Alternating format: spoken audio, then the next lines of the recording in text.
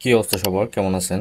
তো এই ধরনের ট্রেন্ডিং ছবিগুলো আপনারা কিভাবে বানাবেন সেটাই দেখাবো আজকের ভিডিওতে। তো এটা বানানোর জন্য আপনারা জিমিনিতে চলে যাবেন।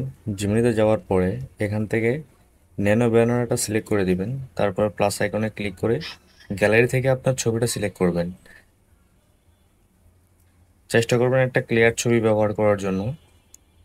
তারপর এখানে আমি যে প্রম্পটটা ব্যবহার করব আর বাকি যে 5টা ছবি দেখছেন সবগুলোর প্রম্পট আমি ভিডিও শেষের দিকে দিয়ে দিব। আপনারা স্ক্রিনশট দিয়ে রাইখা দিন, তারপর ব্যবহার করেন।